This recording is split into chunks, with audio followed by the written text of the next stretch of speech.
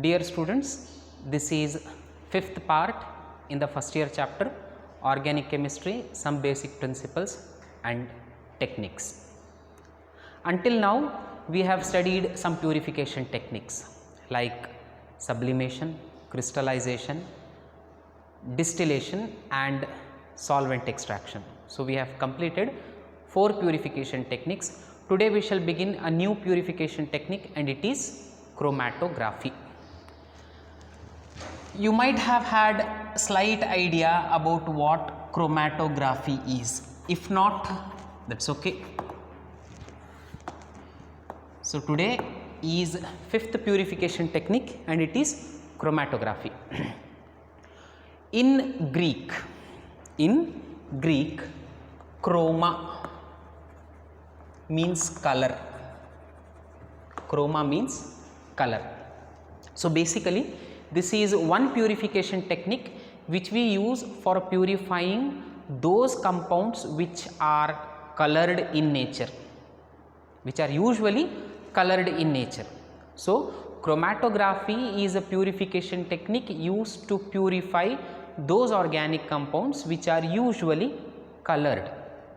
And till now whatever purification techniques we have learnt, all of these are useful only when the impure compound to be separated is available in bulk. When you have any organic compound which is impure and it is in large quantity, only then these 4 techniques were used. They are applicable. Which 4 techniques? Sublimation, crystallization, distillation and solvent extraction. All these are applicable only when the compound which you want to separate is in large quantities. If you have got any organic compound in very less quantity, in trace amounts, in minute quantities, then none of these techniques can be used. In such cases, which technique is used? Chromatography is used. So chromatography was for the first time designed or identified or used by a botanist called as Michael Sweat. It was this person Michael Sweat, who was a botanist, who in 1906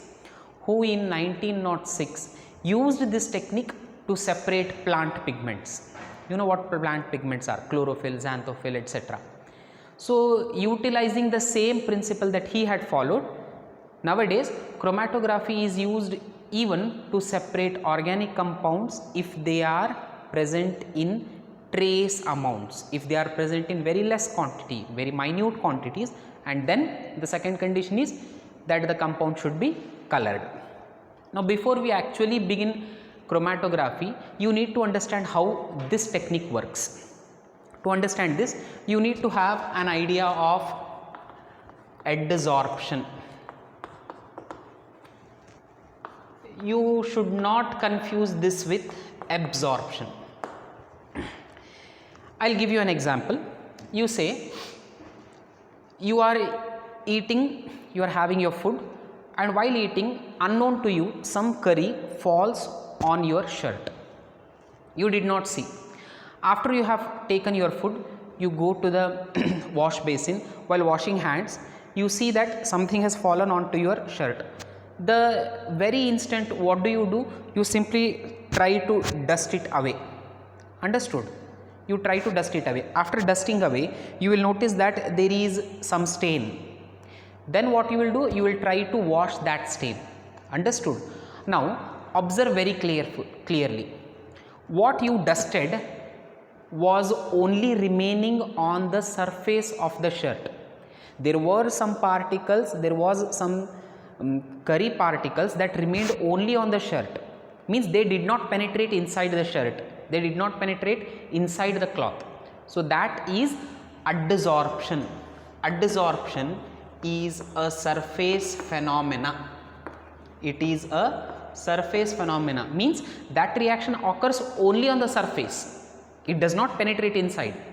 If something penetrates inside, like that stain, it could be oil, it could be water, it could be any liquid, or it could be color also, which got absorbed in the cloth.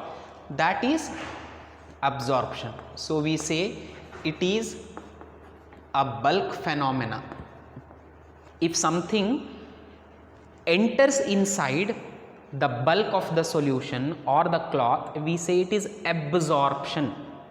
If something remains only on the surface, then it is adsorption. Do not get confused. Surface phenomena is adsorption. If something enters inside, it is absorption. Other examples are like applying powder on cheeks. It is adsorption or absorption? It is adsorption. Applying lipstick, adsorption. Dipping sponge in water, water penetrates inside, so it is absorption.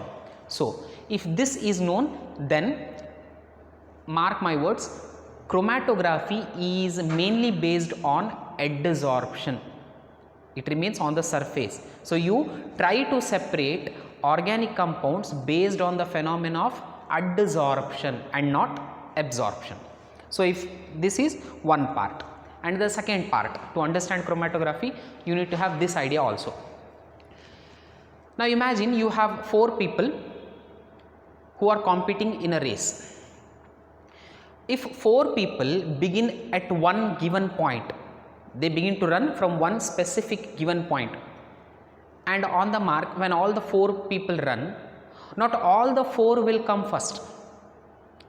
Not all the 4 people will reach their destination in the first place. Only one person will reach first, followed by second, third and fourth, isn't it? This implies that different people will have different speeds. So the race is won by only one person. On what basis? It is based on the difference in the speed. It is based on the difference in the rates of speeds at which people run.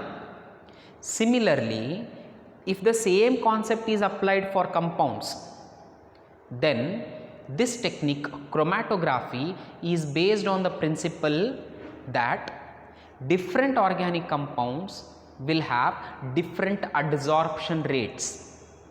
So chromatography is based on the difference in the rates at which, it is based on the rates at which different compounds get adsorbed. It is based on the difference in the rates at which different compounds get adsorbed. So how this works exactly? Let us see. In chromatography, we need to have 2 things. One is called stationary phase. One is called stationary phase and the other is mobile phase. I will tell you what these 2 are. Say you have got 4 different colored compounds. Okay, imagine you have got 4 different colored compounds. Now, unfortunately, all the 4 got mixed. All the 4 compounds got mixed. Now, what will be the color of that mixture? You cannot guess. Whichever compound had the darker color, the entire mixture will have that dark shade. Now, you want that 4 compounds to be separated from the mixture. How do you do this? So, in order to separate them, in order to separate the 4 compounds mixture separately into different components, into 4 different components, you need to have these 2 things. One is called stationary phase and the other is called mobile phase. Now, these 4 compounds need to be run. They need to be run on a solid surface. That solid surface we call as stationary phase. We call that as stationary phase. So stationary phase is any material, it is any material used for adsorbing. It is any material used for adsorbing the components of mixture, used for adsorbing the components of mixture. So in your mixture there were how many components? There were 4 components. So to adsorb these 4 components, you need something solid surface. We call that solid surface as stationary phase. Then what is mobile phase? In order to adsorb the 4, you needed a stationary phase. I did also say that like 4 people have different speeds, here also the 4 compounds will have different speeds, where in one particular solvent. So that solvent which you use in order to make the 4 compounds separate, that is called mobile phase. It is the liquid, usually liquid, sometimes it can be a gas also. It is the liquid used for separating. It is the liquid used for separating components of a mixture. It is the liquid used for separating the components of mixture. We have different stationary phases. The most commonly used are calcium carbonate or silica gel or alumina, etc. These 3 are the best used stationary phases because they usually do not react with any other components.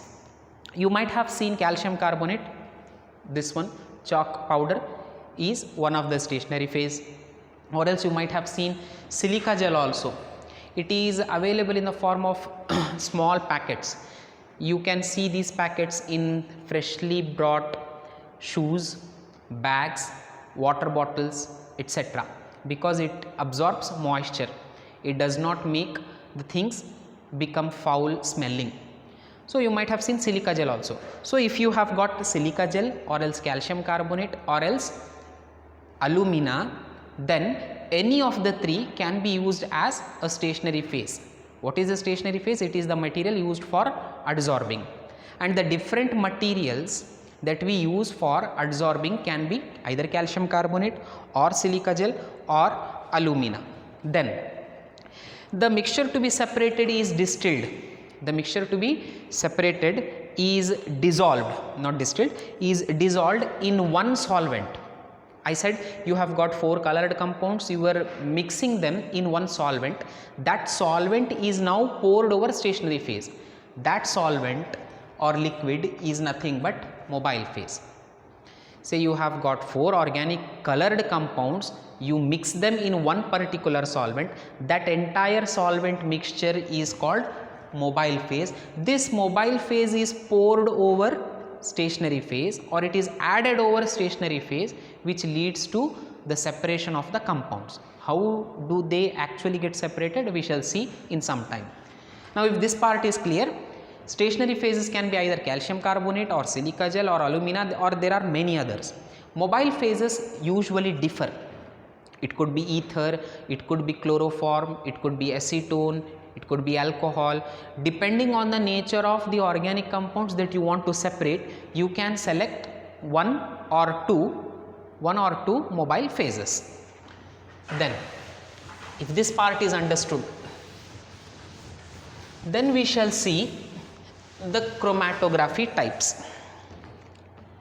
Based on the nature of stationary phase that you use and based on the mobile phase that you are using and the principles involved in them, we have 2 different types of chromatography. One is adsorption chromatography.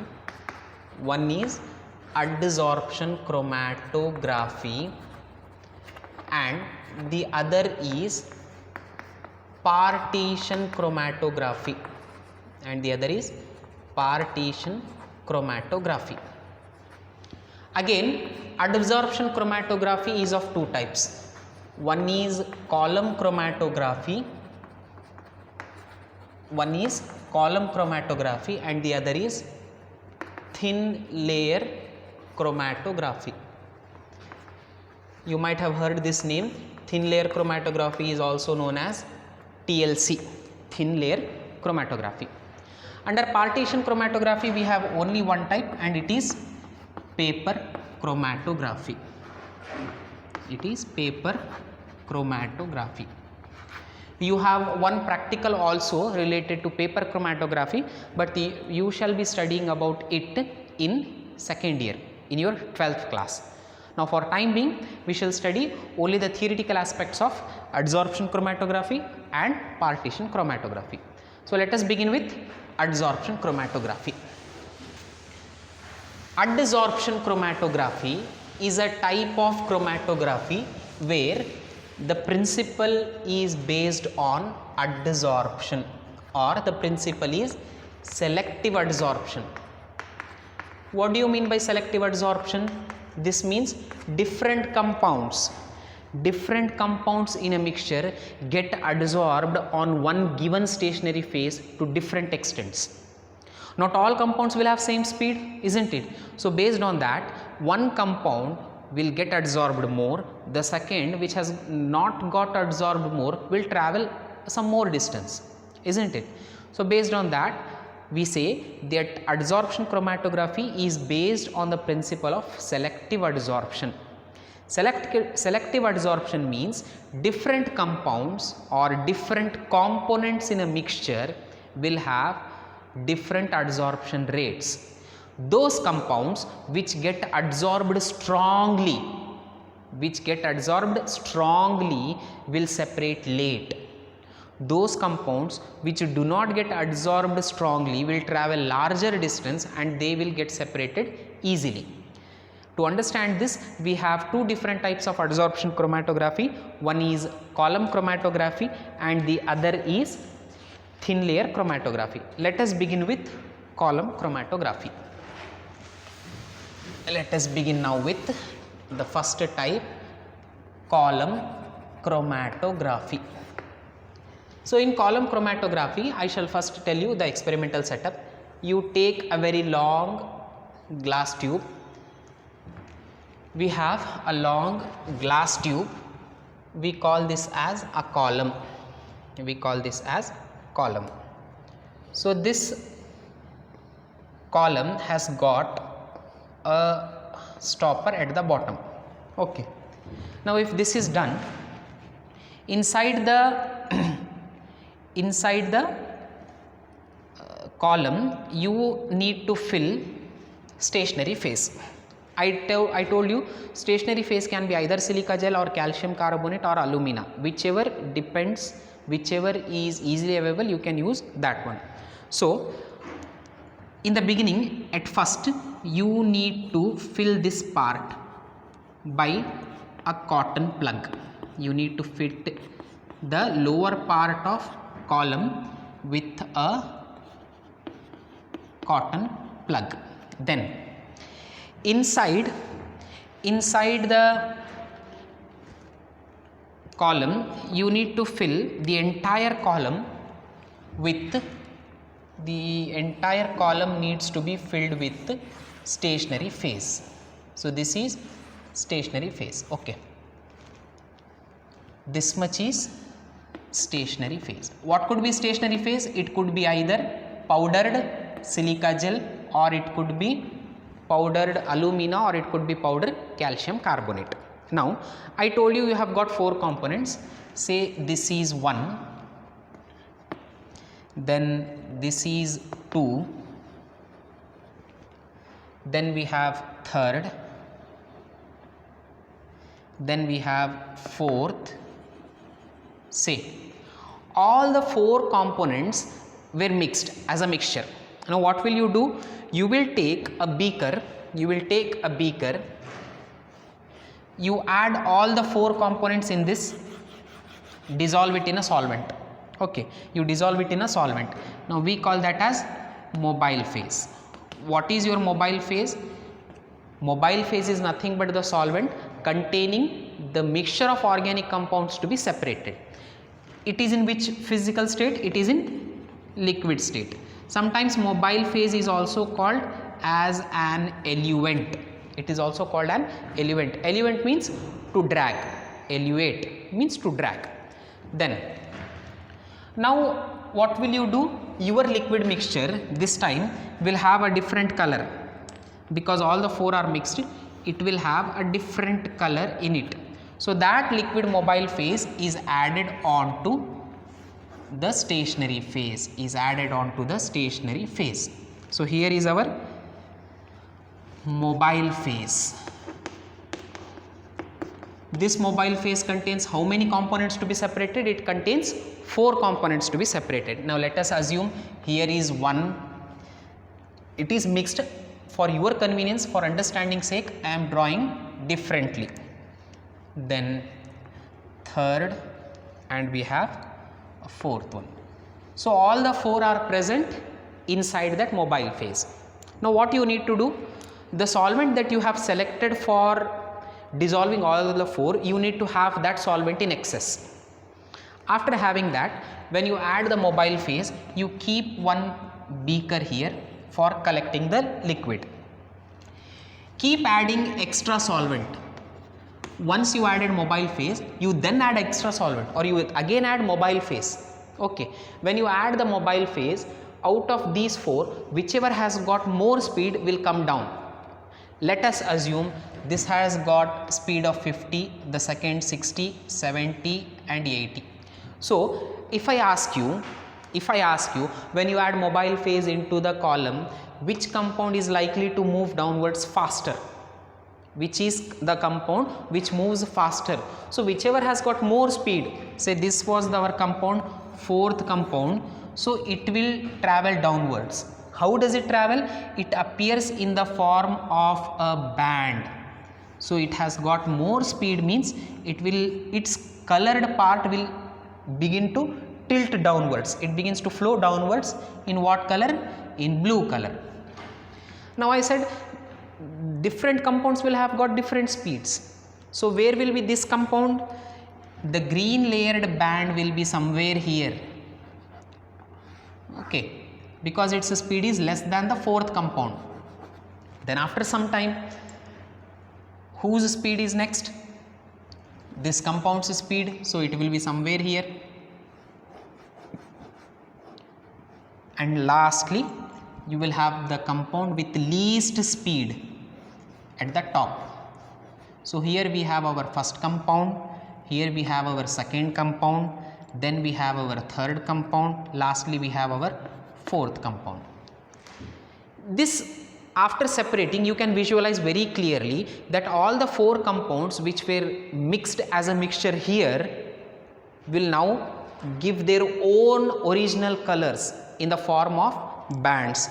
We call each one as a band. After all the layers have got separated, what do you need to do?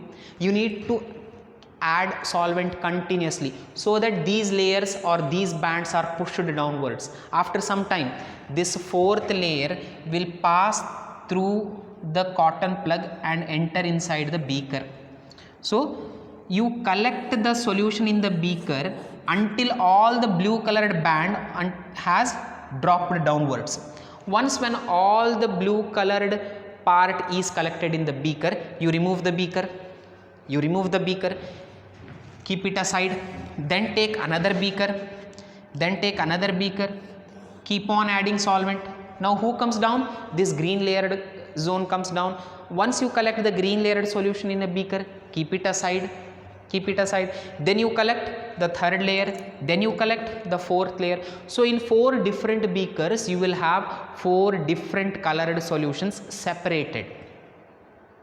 Still you have only separated the components from their mixture, you did not purify them. So what needs to be done? You had 4 different beakers, 1, 2, 3, 4 with different colors. Now each beaker will have your compound plus solvent. What do you need? You need only compound. You do not need the solvent. So what needs to be done? You can subject these to either distillation. If you want the solvent to be recovered, to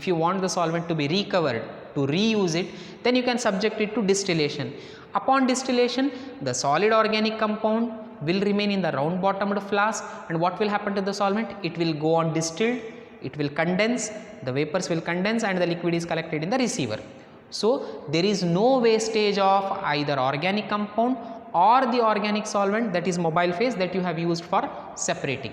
In this way, column chromatography is used to separate organic compounds. This technique is very useful in separating organic compounds because it can separate compounds if they are available in trace amounts, very less quantity, and when they are in colored form.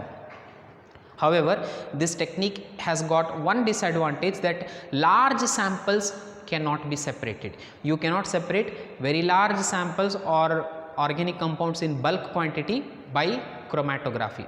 Though it is not time consuming, depending on the relative speeds of the organic compounds, you can separate them using column chromatography. So if this part is done, if you have understood what column chromatography is, I shall brief up the procedure and the principle. Column chromatography is a type of adsorption chromatography. Adsorption chromatography works on the principle of selective adsorption, which means different components in a mixture will get adsorbed to different extents, and they will travel to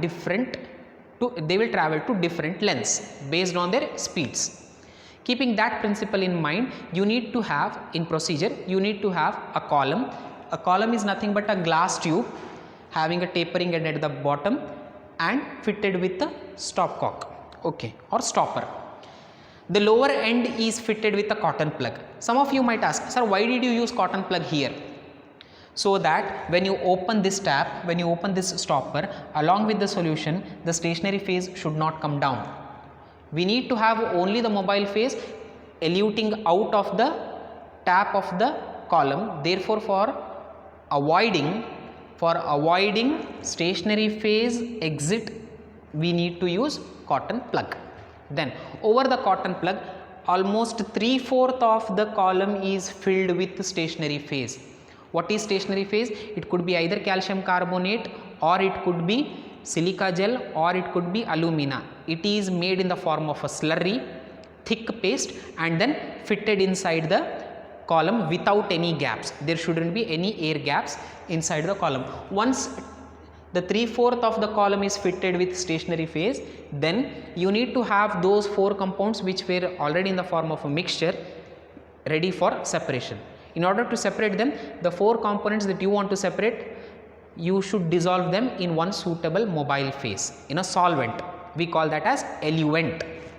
Then that mobile phase is added over the stationary phase, and as soon as you add, you open the tap slowly so that it creates suction inside and begins to suck the solution. Being mobile phase, it keeps on moving through the stationary phase, gradually separating each component based on their speeds. Whichever component has got more speed, it will travel larger distance and get separated easily. So once when all the compounds get separated, they will appear in the form of bands. They will appear in the form of bands, and each band has got its original color.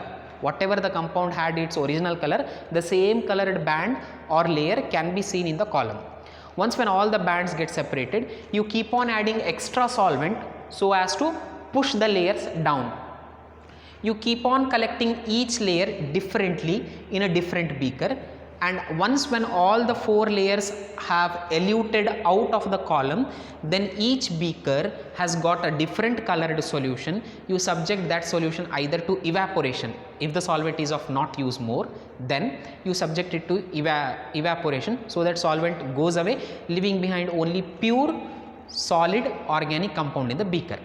If not, if the solvent is also worthy, if you want it to recover, then you can separate the solvent from the organic compound by means of any distillation. Okay. How is this method advantageous? By this method, you can separate organic compounds if they are available in trace amounts. Why is it disadvantageous? Large samples cannot be separated, and sometimes if the compound is not colored, then they cannot be separated by column chromatography. Why? Because you will not be able to visualize their colors in the column. However, they can be separated by another technique called, if the compound is colorless, then they can be separated by another technique called thin layer chromatography. Now, what is thin layer chromatography? We shall explain that in the next class. Till then, keep watching the videos. Thank you.